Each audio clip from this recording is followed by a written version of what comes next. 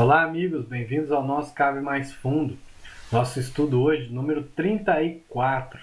Lembrando que essa é uma iniciativa da Igreja Cristã Sal da Terra, que se reúne no bairro Dom Almir, em Uberlândia, Minas Gerais. E a nossa intenção é, por meio dessa ferramenta, contribuir com você para a sua leitura e interpretação dos textos bíblicos, para que você compreenda melhor e possa crescer como um discípulo, como um filho amado. Eu espero que a gente consiga, que Deus nos abençoe nessa jornada e nos livre de erros, ok? De interpretação e de aplicação. Hoje, como sempre, nós começamos lendo, Hoje não vai ser diferente. Nós vamos ver o capítulo 6 de Atos, que tem somente 15 versículos. Esse talvez seja um dos nossos menores estudos, tá? Então aproveita. Veremos do verso 1 ao 7. Naqueles dias, só para a gente poder fazer uma observação, no estudo passado nós tratamos sobre Atos 5.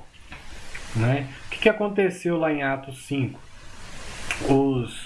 Os apóstolos estavam pregando, foram presos, um anjo do Senhor os soltou, voltaram a pregar por ordem do anjo. Depois foram levados novamente ao Sinédrio, não tinham sido levados ainda ao Sinédrio, seriam naquela manhã, foram levados naquela manhã ao Sinédrio. Gamaliel os orientou ao grupo, o grupo falou com eles, aquele grupo do Sinédrio os bateu neles, os açoitou e disse, olha, não falem mais desse Jesus. Pedro já havia afirmado, como porta-voz daquele grupo, que não deixaria de falar, porque cabia obedecer a Deus e não aos homens. Saíram daquele açoite alegres por terem sido considerados dignos de sofrerem pela causa de Cristo, de serem açoitados por causa de Cristo. Constantemente se reuniam, ainda com grande alegria pelo fato de poderem sofrer, alegria pela esperança que tinham, sofrer pela causa de Cristo, pela esperança que tinham, porque era o Espírito que promovia aquela união. Então foram naqueles dias, ainda é nesse ambiente. Já tinha acontecido o caso de Ananias e Safira, que nós vimos no início do capítulo passado. Esse era um problema que surgiu na igreja, E isso gerou temor no meio do povo, ao ponto de alguns, por mais que tivessem admiração pelo temor, não se reuniam com eles. Então, separavam ali os admiradores daqueles verdadeiros convertidos que se entregavam àquela união. Então, nesses dias, nos dias desse ambiente, cresceu o número de discípulos. Crescendo o número de discípulos, os judeus de fala grega, entre eles, queixaram-se dos judeus de fala hebraica, porque suas viúvas estavam sendo esquecidas na distribuição do alimento. Então, em meio a esse avivamento, em meio a esse negócio, o povo está crescendo, o grupo de pessoas está só aumentando, surge mais problemas. Havia o problema de Ananias e Safira, havia as perseguições e havia agora esse problema de distribuição para as viúvas, que era um grupo prioritário naquilo que era a distribuição dos bens que as pessoas voluntariamente ofertavam e colocavam aos pés dos apóstolos. O que eles recebiam era para ser dividido, era para serviço, era para diaconia, era para exercício de justiça, que ninguém ficasse necessitado no meio deles. Principal grupo, viúvas. Por isso os 12 reuniram todos os discípulos e disseram, não é certo negligenciarmos o ministério da palavra de Deus a fim de servirmos às mesas. Irmãos, escolham entre vocês estes 7 homens de bom testemunho, cheios do Espírito e de sabedoria. Passaremos a eles essa tarefa e nos dedicaremos à oração e ao ministério da palavra. Tal proposta agradou a todos. Todo mundo ficou satisfeito com aquele negócio. Então escolheram Estevão, homem cheio de fé e do Espírito Santo, além de Filipe, Prócoro, Nicanor, Timon, Pármenas e Nicolau, um convertido do judaísmo proveniente da Antioquia. Apresentaram esses homens aos apóstolos, os quais oraram e lhes impuseram as mãos. Assim, a palavra de Deus se espalhava. Crescia rapidamente o número de discípulos em Jerusalém. Também um grande número de sacerdotes obedecia à fé. Não eram só... Agora nós estamos vendo o que Lucas está colocando aí. Não eram só um grupo de pessoas, mais pessoas. Mas um grande número de sacerdotes obedecia à fé. Gente, esses sacerdotes eram aqueles homens lá que estavam lá no Sinédrio e estavam tentando pegar esses camaradas. Agora eles começam a se converter à fé. Olha que interessante. Bom, vamos fazer uma introdução geral a esse capítulo. Até esse ponto, esse é um trecho do Moody, tá? Não são palavras minhas, mas são dos comentários do Moody sobre esse trecho. Até esse ponto, os apóstolos não deram nenhuma evidência de ter o propósito de levar o evangelho a todo o mundo. Estavam só ali na região. Mas permaneceram em Jerusalém, dando seu testemunho aos judeus. Agora Lucas conta o começo da expansão. Então, a partir do capítulo 6, nós começamos a ver a expansão do evangelho para Jerusalém, Judéia, Samaria e confins da terra. Então, agora Lucas conta o começo da expansão da igreja através da Judéia e Samaria.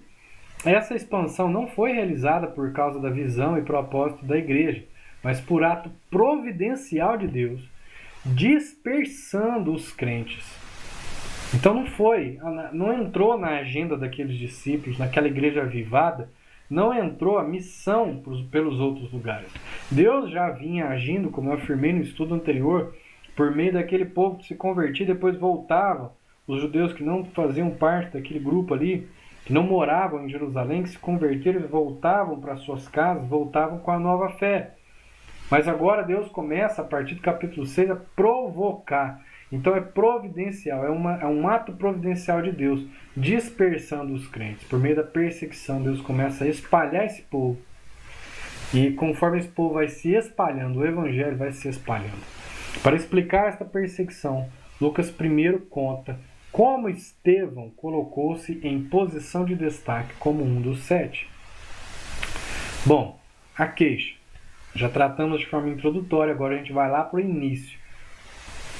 O povo acrescentava, e agora tem uma queixa dos judeus de fala grega com as viúvas que estavam sendo deixadas de lado, com as viúvas dos judeus de fala hebraica, né? Então uma discussão surgiu entre dois grupos.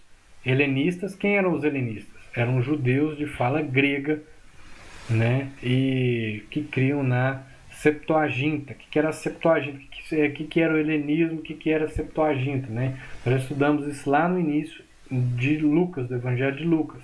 Então o helenismo era essa cultura grega que se espalhou entre o povo, inclusive entre o povo judeu. Então essa era a cultura helenista, cultura grega. Então os helenistas eram judeus de fala grega e cultura grega, ao ponto de lerem o Antigo Testamento numa versão do grego, que era a Septuaginta, a versão dos 70. E os hebreus. Quem eram os hebreus? Judeus palestinos de fala aramaica e que liam a Bíblia hebraica, o Antigo Testamento na língua hebraica. Então eram judeus palestinos, né? Judeus da Palestina que viviam ali eram oriundos daquela região mesmo. Em um ambiente de amor e misericórdia surge uma ação considerada como discriminação social. Então ali era um ambiente de amor e misericórdia, não deixou de haver aquele ambiente como tinha lá atrás. Então mesmo no ambiente de amor e de misericórdia vão surgir problemas, né? Então surge ali uma discriminação social. As viúvas dos judeus gregos eram consideradas estrangeiras pelos judeus hebraicos nativos e por isso não estavam sendo atendidas pela distribuição habitual de alimentos, provavelmente disponíveis em parte pelas contribuições mencionadas em Atos 4, como eu já afirmei. Então ali de fato não é questionado que está errado. Não, o que vocês estão trazendo, o questionamento que vocês estão trazendo para a gente está errado. Não é dito que está errado. Simplesmente acolhem a queixa e agora envolvem a igreja na decisão, na escolha. Então a igreja decide também, viu? A igreja é participante, não é só liderança, a igreja é participante. E nessa participação de uma igreja madura também não é qualquer igreja no sentido de ciência, era uma igreja madura. Lembre-se que havia disciplina na igreja, havia discipulado, havia disciplina. Então essa igreja que passava por discipulado, que estava sujeita à disciplina, escolhe esses homens e levam para os apóstolos, 7 homens, para que possam administrar essas causas de forma justa. Tá? Então observe esse movimento. Então a queixa não era falsa, a queixa era verdadeira, mas os apóstolos se negam a continuar nesse serviço porque isso demandaria tempo e faria com que eles gastassem menos tempo em oração e no ministério da palavra, no estudo, no ensino da palavra. Então por isso escolhem esses 7 homens. Então vamos lá e fazem a proposta. Que proposta é essa? É a proposta de uma organização. Organização, instituição, é bíblico? É bíblico. Aí surge a necessidade de uma organização maior, porque Jesus já tinha deixado a coisa organizada. E Pedro, na preocupação, ainda fala assim, ó, Jesus deixou organizado, um descambou, então nós temos que manter a organização, vamos jogar nas pedrinhas agora e escolher mais um. E fizeram isso, mantiveram a organização. Então a organização é bíblica. E agora eles se organizam ainda mais. E com o passar do tempo, a igreja vai se organizando ainda mais, vai se institucionalizando ainda mais para cumprir o serviço, para cumprir a sua missão. O único problema é mudar a ordem da coisa. Se mudar a ordem, aí o negócio fica complicado. Mas a institucionalização, desde que ela esteja a serviço da missão da igreja, não há problema. Paulo planta as igrejas e as organiza. Depois orienta Tito, orienta Timóteo.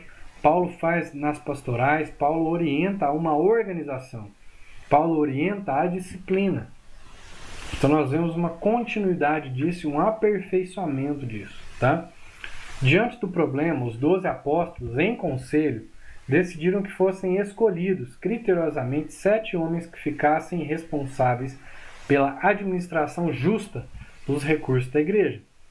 Pelo serviço da mesa, né, os diáconos, os critérios para a escolha desses homens foram homens de bom testemunho. Então, quem escolheu foi a igreja e apresentou para os apóstolos.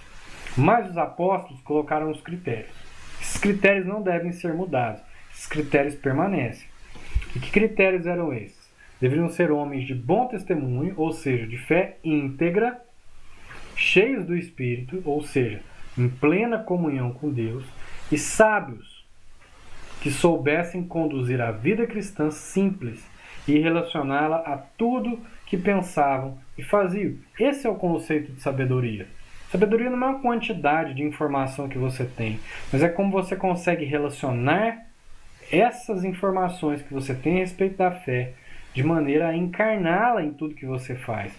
Agora, a forma que você pensa é uma forma cristã. A Bíblia agora mudou sua forma de pensar, mudou sua forma de ser, um novo coração, uma nova mente, uma nova pessoa, uma nova criatura. Ok? Então a gente pode conferir aí 1 Timóteo 3, verso 8 ao 13, né, para as qualificações dos diáconos. Então, a Paulo, quando está lá orientando Timóteo, na primeira carta, nos versos 8 ao 13, no capítulo 3, ele dá qualificações desses diáconos.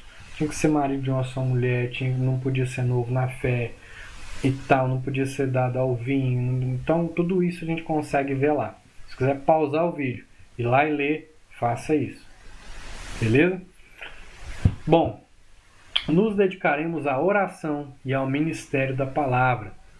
Lucas registra os principais ministérios apostólicos, atualmente sendo atribuições dos pastores mestres e presbíteros.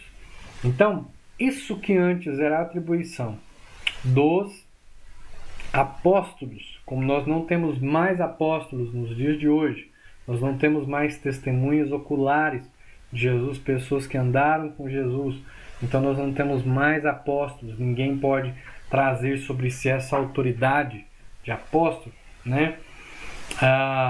Então, atualmente, esse ministério da oração e da palavra a oração, o ministério da palavra, são dados aos pastores mestres, né? Pastores mestres e mestres, às vezes é colocado como pastores e mestres ou pastores mestres, há uma discussão nesse sentido, né? Mas ao que parece é uma coisa só, pastores mestres ou pastores e mestres, porque está relacionado tanto ao cuidado do povo quanto ao ensino, a forma de cuidar que o pastor, a ferramenta de trabalho do pastor é a palavra.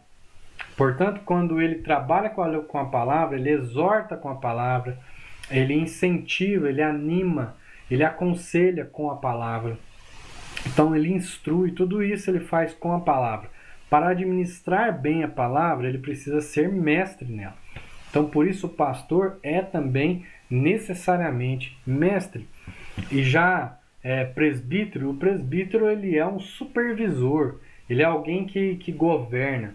Né? Às vezes a gente vê hoje nas igrejas, dentro das organizações, a questão do presbítero e do pastor. O pastor é um presbítero, ou um dos presbíteros, que é selecionado, que é colocado nessa função pastoral. Então o conselho de presbíteros compõe a organização, compõe o governo da igreja, e o pastor é responsável por esse alimento, mas ele não faz isso sozinho, ele pode demandar os presbíteros. Portanto, essa função que era dos apóstolos, hoje é dada aos pastores e mestres e aos presbíteros, né? Então a reação dos apóstolos mostra a importância das duas coisas. Os pré-requisitos para ser um diácono e como os dois serviços demandam tempo. Então aí não está colocando simplesmente que uma coisa tem que ser mais importante que a outra. Não, simplesmente está dizendo que umas coisas são atribuições de uns e outras coisas são atribuições de outros, mas que a igreja deve cumprir com o todo. A igreja deve orar, a igreja deve ensinar, a igreja deve ser conduzida pela palavra, e a igreja também deve exercer misericórdia, a igreja também deve servir à mesa, a igreja também deve ser justa e agir com justiça, sem deixar que ninguém passe necessidade. Ok? Os 7 e a imposição de mãos sobre eles. Então, segundo o Dr. Russell Shedd, pelos nomes gregos se supõe que todos eram helenistas, ou seja, todos os que foram escolhidos, todos os 7 que foram escolhidos, estavam dentro do grupo daqueles homens que tinham as suas viúvas desprezadas por serem gregas. Tá? E por que se deduz isso? Inclusive o prosélito, né? Gentio convertido ao judaísmo, um cristão, na verdade ele era um gentio convertido ao judaísmo, mas que agora era um cristão. Então ele não é de origem sanguínea do povo, porém se convertia ao judaísmo e agora cria na fé cristã, cria no Cristo. Também, segundo o doutor, o impor as mãos simboliza uma doação, quer de bênção, né? A gente pode ver isso lá em Marcos 10,16, quer de cura, em Marcos 6,5, o Espírito Santo derramado, como a gente pode ver e vai ver ainda em Atos 8,17 e em Atos 19,6, ou responsabilidade e autoridade para serviço, como nós vamos ver em Atos 13,3 e 1 Timóteo 4,4. Então todos esses homens, por dedução, eram helenistas, eram de língua grega, estavam dentro do grupo, isso pelos nomes deles mencionados, né? Estavam dentro do grupo daqueles que tinham as viúvas desprezadas, e também a observação do Dr. Russell Shedd quanto à imposição de mãos. Essa imposição de mãos poderia significar a doação de bênção, a cura, era feito para a cura, para o derramar do Espírito Santo, e aí nesse caso, né, foi feito para a responsabilidade, a autoridade para o serviço, assim como em Atos 13,3 e em 1 Timóteo 4,4. Então, dentro dessa institucionalização da igreja, dentro dessa organização da igreja, nós vamos criando e percebendo alguns ritos que são passados na tradição da igreja. Isso é tradição? É. E se não for feito? Beleza. Mas é importante a obediência disso, porque isso foi passado, isso foi feito, isso é demonstrado ao longo da história da igreja. O rito não pode perder o seu significado. Do contrário, ele é vazio, ele é um símbolo vazio. Um símbolo sem significado, ele perde a sua importância, porque o significado é a comunicação. Portanto, toda vez que um símbolo é apresentado, um rito é apresentado, ele precisa ser apresentado de forma pedagógica, ele precisa ser apresentado como um instrumento pedagógico, a fim de ensinar. Então agora, esses homens impõem as mãos sobre aqueles que são selecionados. Hoje, a igreja também faz isso, mas a igreja deve fazer isso com essa consciência de que está reproduzindo um ato que vem desde esse tempo lá de Jesus. Esse colocar as mãos para doação de bênção, para curar, para derramar do Espírito Santo, e essa responsabilidade e autoridade para o serviço, para delegar uma função, ok? Um determinado serviço, para oficializar alguém. Talvez essa seja uma boa expressão. Bom, crescia rapidamente o número de discípulos em Jerusalém. Também um grande número de sacerdotes obedecia à fé. Então as pessoas não juntavam ao grupo simplesmente por simpatia, senão por fé, como já vimos no capítulo anterior. Diante do estilo de vida gracioso e de sério comprometimento com Deus e com o seu povo, tudo promovido pelo Espírito, muitos se ajuntavam ao discipulado, designação para crente. Então, o discipulado é uma designação para crente. Crente é aquele que crê, mas ele não crê de forma vazia e nem está nessa fé como alguém que não quer aprender nada, que já sabe tudo. Então, ele está como alguém que é discípulo de Jesus Cristo. E porque é discípulo de Jesus Cristo, se sujeita aos pastores, se sujeita aos discipuladores, representantes de Cristo na vida dele, e servos de Cristo. Ok?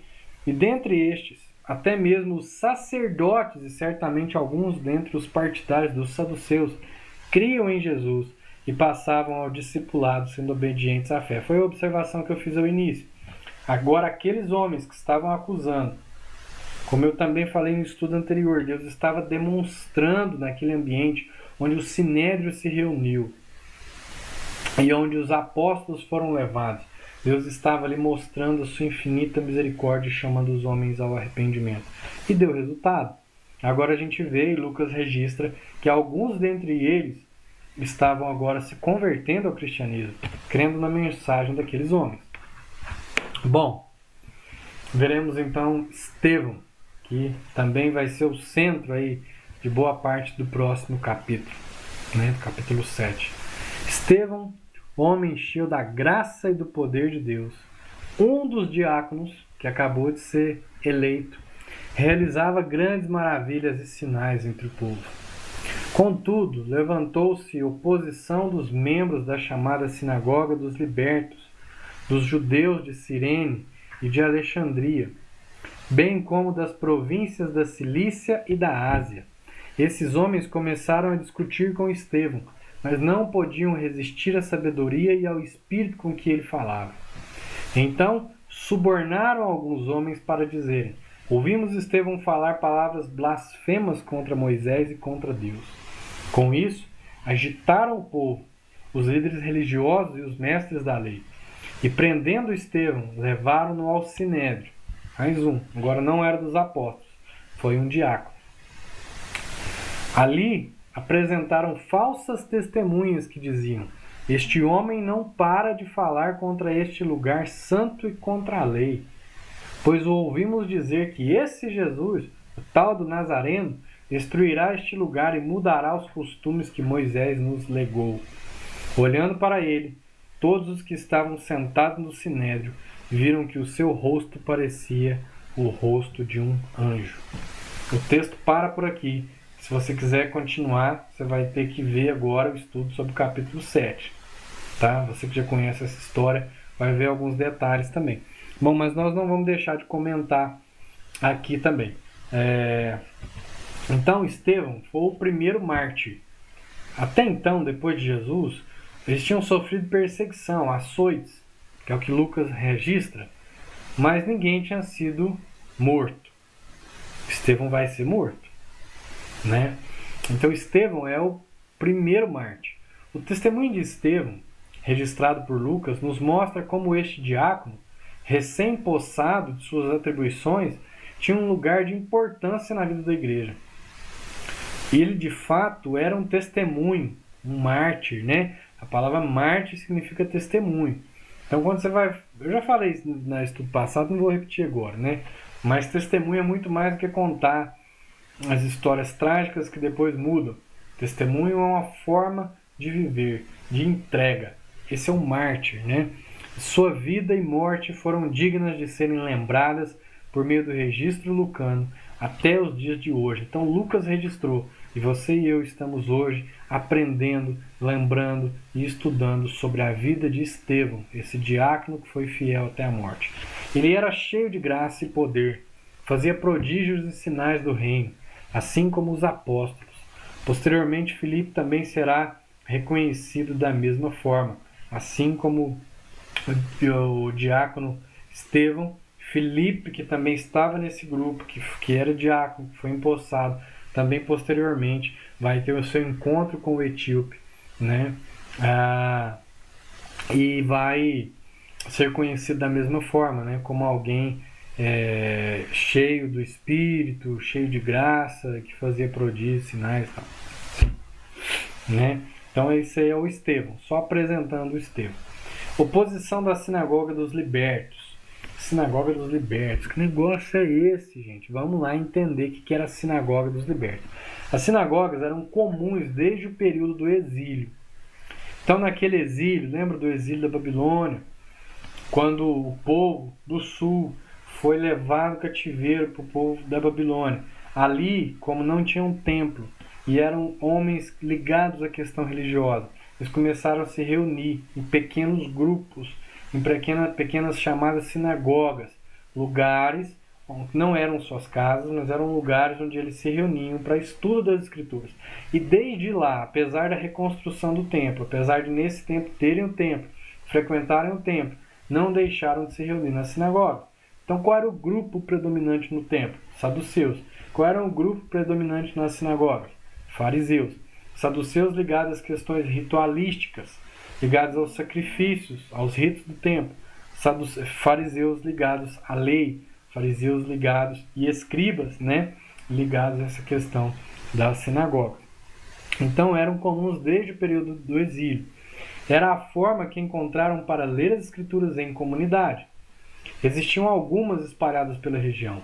Essa dos libertos, né, era dos descendentes judeus. Então, quem eram os libertos? Porque era uma sinagoga dos libertos. Ela tinha uma característica, né? Então, eles eram, os membros lá, descendentes judeus, levados a Roma por Pompeu no ano 63 a.C. e depois libertos junto com outros das regiões que são mencionadas. Então, eram judeus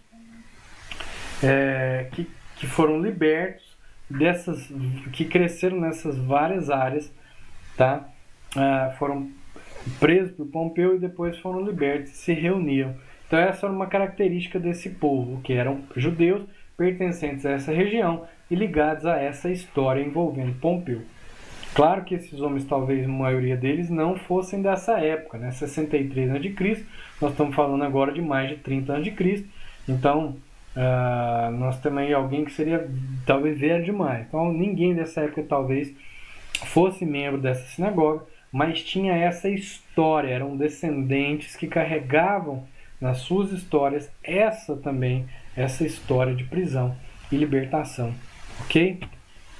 Então essa era a característica, que esse era o Estevão, e essa era a característica desse povo, só para a gente poder entender.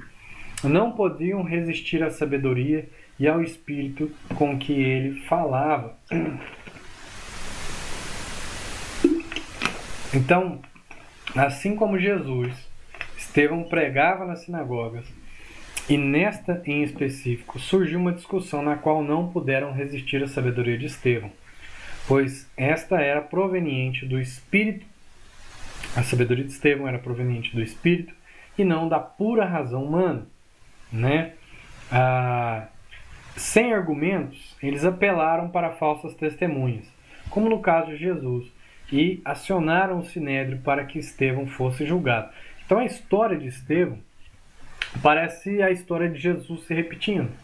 Né? Jesus, os homens questionavam Jesus, os fariseus questionavam Jesus, que eram os membros das sinagogas, né? A maioria, questionavam Jesus e não conseguiam resistir à sabedoria que Jesus falava, porque era do Espírito. E agora Estevão, da mesma forma, cheio do Espírito, esse homem dedicado a Deus, né? Vive intimamente com Deus, fala de uma forma que não era simplesmente a razão, não era só o raciocínio puro, não era isso, não era a capacidade humana de raciocinar, era um dom do Espírito, era algo divino, e por isso não podiam resistir. E quando você que está ligado simplesmente à razão, a razão ligada ao ego, com a necessidade de estar certo, não é amor pela verdade, é amor por si mesmo, a necessidade de estar certo, né? Não consegue reagir, não consegue responder, não consegue sair por cima nessa situação de forma até natural. Esses homens fazem o que? Manipulam a verdade, contratam falsas testemunhas, assim como fizeram com Jesus, e levam o caso ao Sinédrio. Chega lá e diz: ouvimos dizer. É interessante isso, né? Eles não são testemunhas de suas próprias acusações. Eles levam ao caso dizendo: ouvimos dizer. Então, ouvimos dizer. Como o texto não deixa claro o teor da discussão e afirma que as testemunhas haviam sido compradas, não sabemos se Estevão mencionou de fato a respeito da destruição do templo e sobre as adequações da lei de Moisés aos ensinos de Jesus.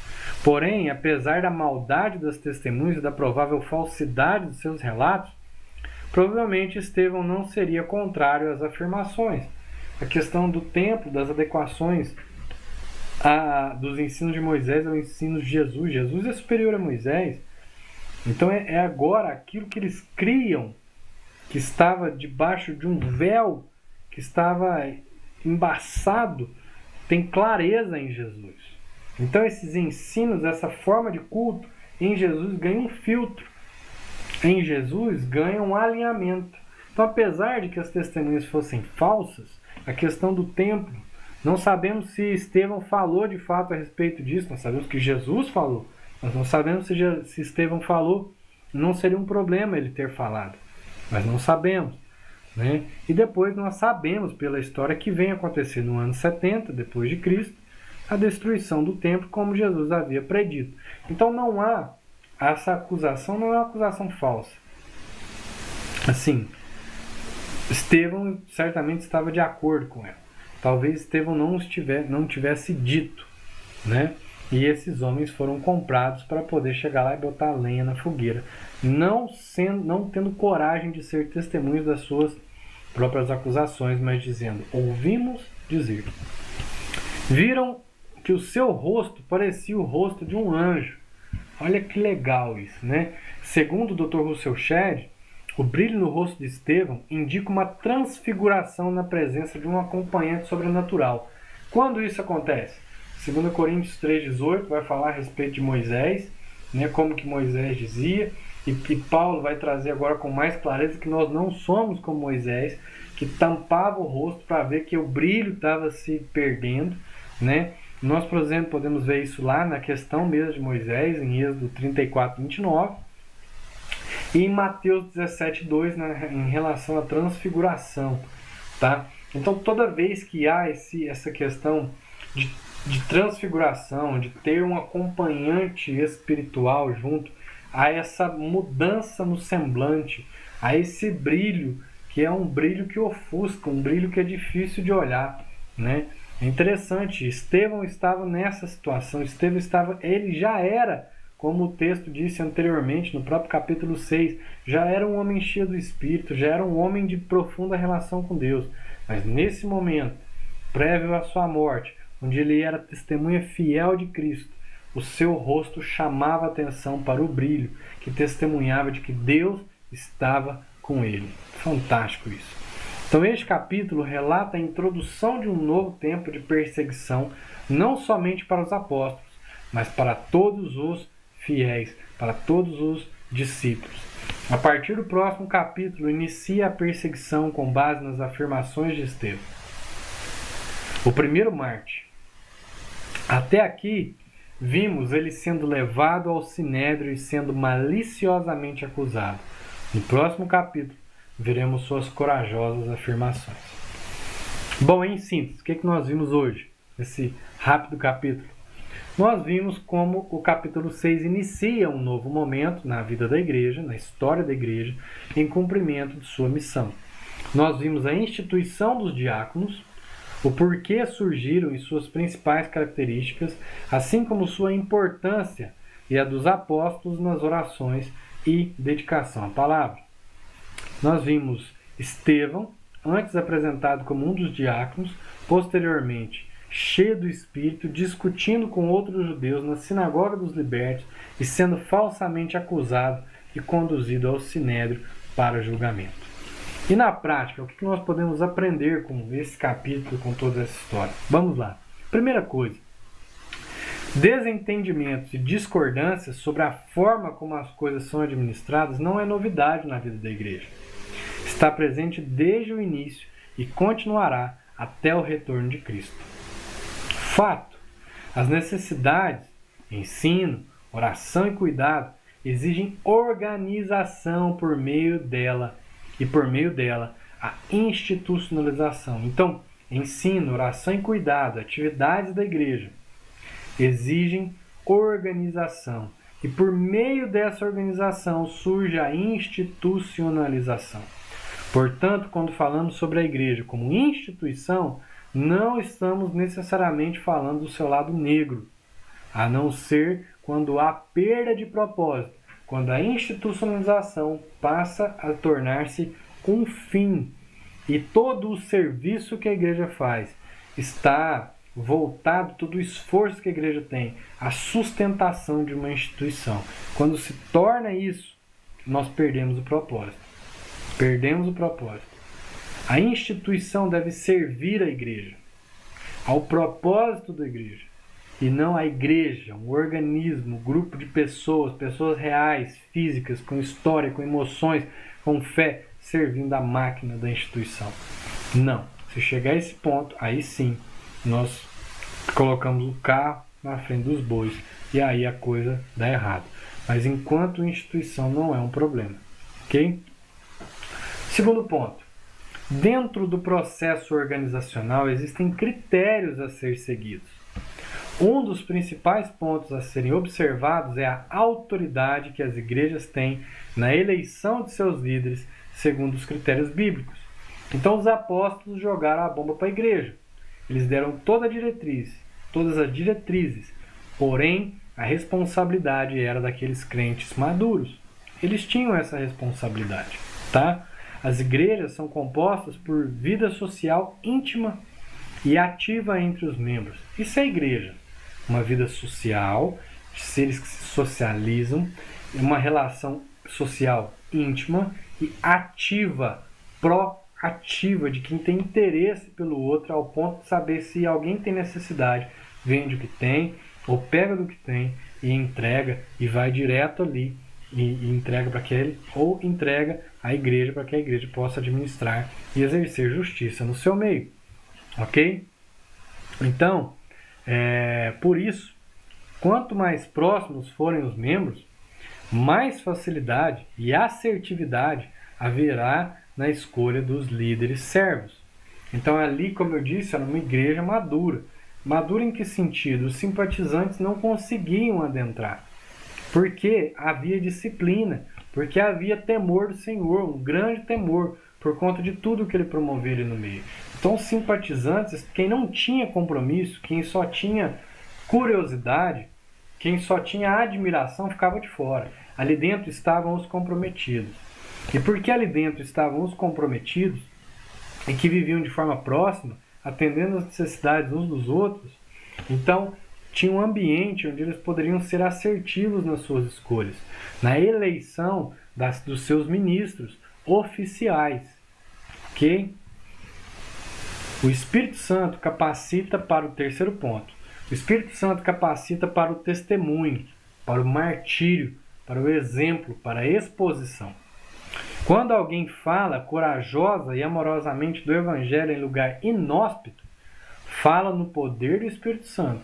Do contrário, seu esforço natural seria autodefesa. Olha que interessante isso. Estevão foi levado à exposição, a julgamento. Foi levado ao martírio para que fosse mártir, testemunha de Jesus Cristo e da sua ressurreição, da fé que ele tinha naquilo que aconteceu e que ele cria de fato no ministério de Jesus, na pessoa e no ministério de Jesus. Então, Estevão é levado ali a essa situação. E ninguém pode ser levado a essa situação e permanecer fiel se não for pelo Espírito. Então esse era o poder do Espírito que veio em Pentecostes, capacitou Estevão para essa situação que muitos outros passaram depois. Já havia capacitado os apóstolos e agora capacita esse diácono fiel. Ok? Do contrário, se não é no poder do Espírito, alguém que tente sustentar isso, ele passará pela seguinte situação. Chegará ao ponto onde ele, vendo sua vida em risco, ele vai optar pela autodefesa, porque é natural. Ele vai fugir. Ele vai mentir. Ele vai negar, porque é natural. Ok? E se é no Espírito, é sobrenatural. Este é um bom filtro para nossas conversas acaloradas sobre religião com pessoas de crenças divergentes. Existe amor sincero e verdadeira fé na verdade? Ou é só o desejo de estar certo? Então, quando nós estamos cheios do Espírito, nós temos paciência e buscamos discernir o que Deus já está falando e fazendo com as pessoas. Ainda que creiam, que participem de religiões, outras religiões, ainda que não participem de nenhuma, que sejam adeptas do ateísmo, estão perdidas, sabemos que estão perdidas nas suas ideias. Nós temos paciência, somos movidos de amor sincero e verdadeira fé na verdade. Por isso não queremos convencê-las por força. Queremos dar testemunho. Queremos que creiam. Mas para isso nós não confiamos só na nossa razão pura, na nossa capacidade argumentativa. Mas como Estevão, buscamos ser cheios do Espírito e ser movidos de compaixão e fé na verdade. Ok?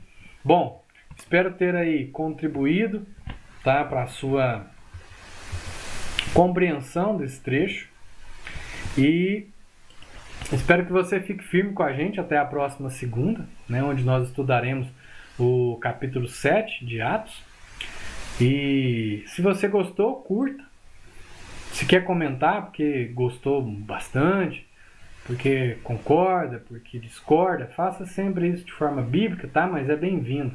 Até a sua discordância é bem-vinda. A gente não está aqui confiando que vai acertar sempre. Então, se você quer nos exortar biblicamente também, fique à vontade, estamos dispostos a aprender com você, ok? Compartilhe aí com seus amigos, parentes, vizinhos e com quem você achar que vai abençoar. E se ainda não está inscrito no nosso canal, não perca mais tempo e se inscreva. Até a próxima semana, se Deus nos permitir.